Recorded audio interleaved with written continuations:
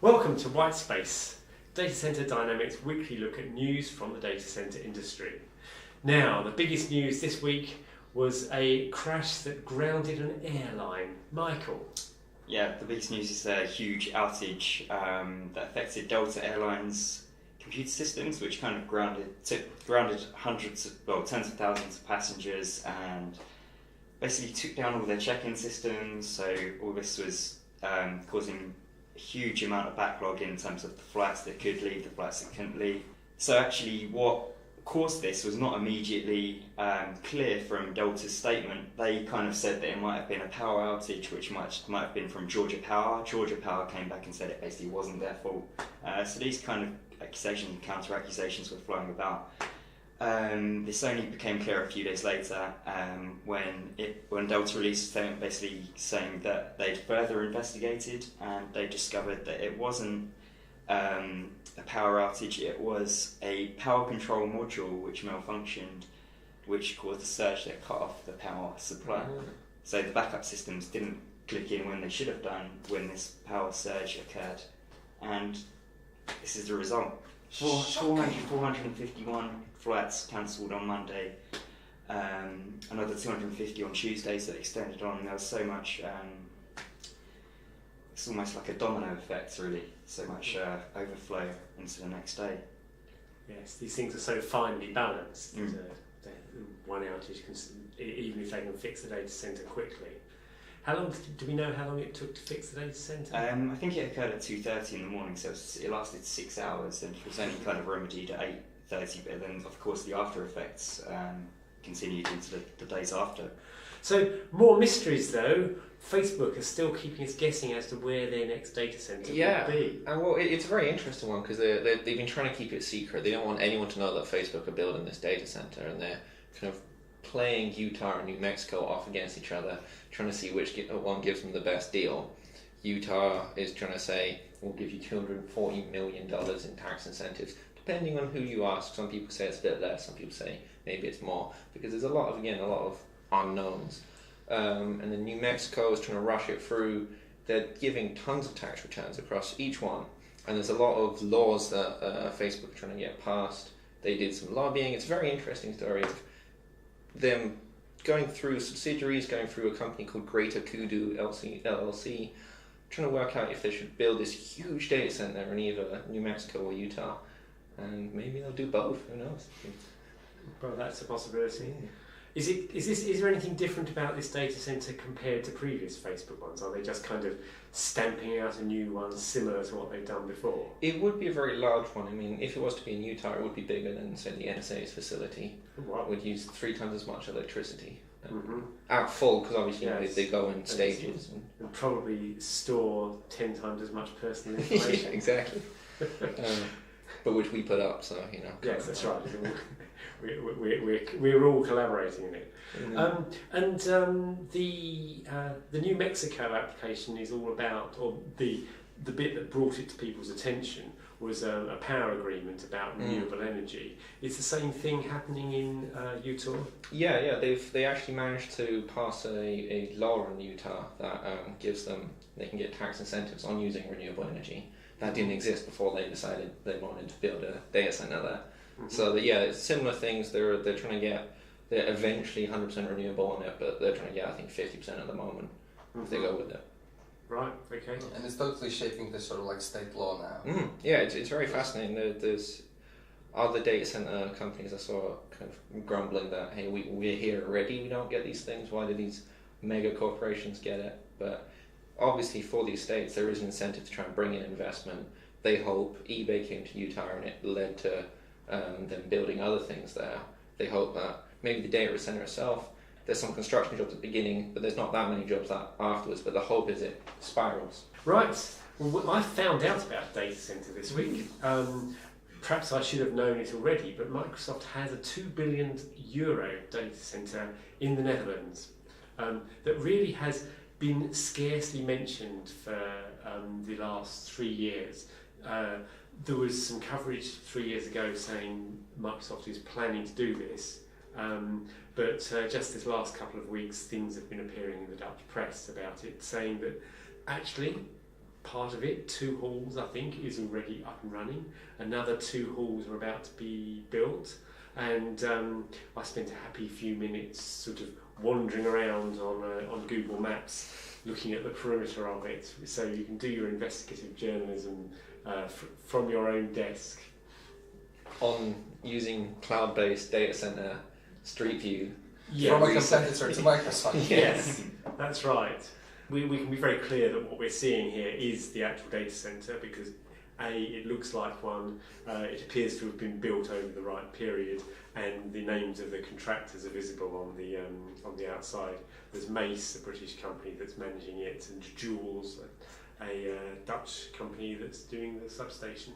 And the interesting with that, so there were some people complaining that the contractors aren't from the country. So it's again an interesting one on jobs wise. Mm-hmm. Does it bring the jobs that these people want, or is it bringing outside sourcing? Yes, plus zoning. This is being built on what was previously agricultural land, and there have been objections to it from the local farmers. Mostly bulb farmers. I mean, this is a horticultural area and with a lot of greenhouses, which the Dutch do very well. And one line which I'm hoping to follow up on when somebody gets back to me is the fact that it's been suggested that the hot air waste from this data centre could actually be used to heat the greenhouses where the tulips are being grown. So, spin it right, and this could be a very positive thing for the area. Max, you've been quiet. You've heard about some storage, haven't you? Yeah, well, the Flash Memory Summit was on this week. I think it's still going on. Today might be the last day. Yes, today actually is the last day. Lots of announcements. Like everybody's all about Flash these days. People like Samsung and Micron are there. But 2 announcements sort of like attracted my attention personally. One is Seagate. Seagate, who said for ages that, Flash, there's not going to be so much of it and it's not that necessary. But hard drives are great. They've just announced the world's largest solid state drive. Right. It's 60 terabytes of memory in as much space as taken up by your traditional 3.5-inch drive. 60 terabytes. 60 terabytes. And it's going to be on sale next year. Right. Okay. It's nuts. Are the people at Seagate that make hard drives kind of clearing their desks now? No, because basically this sort of like there's also the issue of the cost. Like this is aimed at either like HPC people or people who do loads of in-memory database, well, not in-memory but database processing, or people who are already storing their primary data on Flash. Right. It's crazy amount. So basically they've doubled the density over the typical SSD and they quadrupled just the amount of storage over the next largest SSD. So I think the largest on the market right now is 15 terabytes. Right. Which is very respectable. I wouldn't know what to do with it. Like sort of like. I've got to store my selfies somewhere. Fit. Another place looking for data centres to come to it is Ireland. Michael, who's been visiting Ireland? It's Alibaba, Mm-hmm. the huge Chinese transnational corporation, and the Irish Sunday Independent reports that basically representatives from the Chinese company have been visiting Ireland, particularly the area around Dublin, potential greenfield locations, potential brownfield locations within the urban area. For a smaller location, the greenfield, outside the city locations for something larger. There's been no comment from Alibaba about their actual investment, what they're going to buy into here. But the Irish state utility company Airgrid has been contacted, and they've basically said that there's 7.7 billion euros worth, $7.7 billion worth of data center investment, which is potential investment over the next few years. Basically, how they've calculated this is they've said up until I think it's 2017, 2018, that 550 megawatts of power is either already contracted to data center operators or is in the subject of negotiations to secure the supply. and then they've added on top of this beyond 2019 what they think they can deliver to data center operators. So it's something to keep your eye on. Obviously, we've spoken before about Ireland's potential after Brexit, and companies looking potentially to relocate there. So it's something definitely to keep an eye on. Right. The word there is potentially, though. Isn't Yes, it? At potentially. this stage, Alibaba, it's just been a visit. It's been a visit, yeah. I mean, but if Alibaba visits, you roll out your red carpet and... Absolutely. Yes. More news from the Flash Memory Summit. There was another very interesting device announced. This one comes from Netlist. They're sort of like headquartered in America, but there are no DMs, so the manufacturing is in China. They make stuff for other people. Mostly random access memory. But it's sort of like the problem with RAM is it's very, very fast but very, very expensive. The problem with Flash is it's less expensive but not as fast. So we need something in the middle for basically in-memory databases so we can really, really scale them up. Like things like SAP HANA, which is very popular these days. So what these guys have done is they put both kinds of chips on the same board. So, there's a bunch of RAM chips on one side, a bunch of flash chips on the other side. There's also an intelligent prefetch engine. So basically, when the computer needs the data, it sort of tries to, in advance, put the necessary data on RAM, so you always get the maximum speed. Okay, but you might say, Max, we've heard about these hybrids before, like HP has one, a bunch of other people have some, people are also working on more exotic things like ReRAM and phase change memory. So what's so exciting about this thing? What's so exciting about this thing? Well, You thought I'd never ask. glad you asked, Peter. So HP's persistent memory, for example, needs batteries to back up the data in the event of an outage. Batteries that are already present in certain ProLiant servers. Without those batteries, not very useful. Also, BIOS changes. HP's thing needs BIOS changes, which makes the whole process complicated. Who wants to recode BIOS, right? This thing, you just set it in and go. No changes to the BIOS. It's going to be compatible with Linux in the first generation, but it's also coming to Windows in the next one.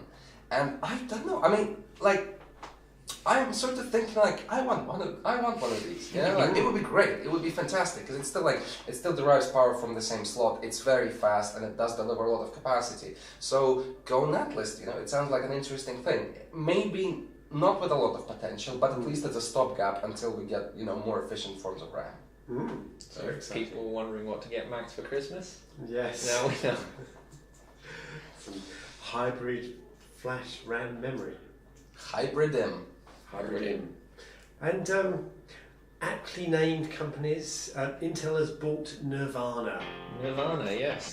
Very interesting. It's a tiny little startup. Been around for 2.5 years. Probably most people haven't heard of them. They might have clonked down $408 million, according to some reports. Somewhere between 350 to 408 million. That's a lot of money for a small company. But they're not just doing AI. Go to Palo Alto, throw a stick, you'll hit an AI programmer. They are doing chips as well. So they're doing deep learning AI and chips to go with it. And they want the chips to come out next year. They've already signed up companies. They've got CIA, they've got Monsanto, they've got all the lovely people working on this very impressive deep learning cloud-based AI. And Intel swooped them up. They said, we missed out on the mobile wave. Let's try and get the next wave. It's AI. And yeah, it's an industry that's definitely heating up. You've got DeepMind, you've got Nirvana, you've got Kirk Cobain, you've got everything. Yes. So there actually is some value in making specialised hardware for AI, which is something I've not heard about particularly for quite a long while. Well, intriguingly, Google also built their own tensor-based chips. Right, okay. And they put them in their data centers around them for a year before even telling anyone. So maybe that was a wake-up call to Intel that, we're not so special. Maybe we should do this ourselves.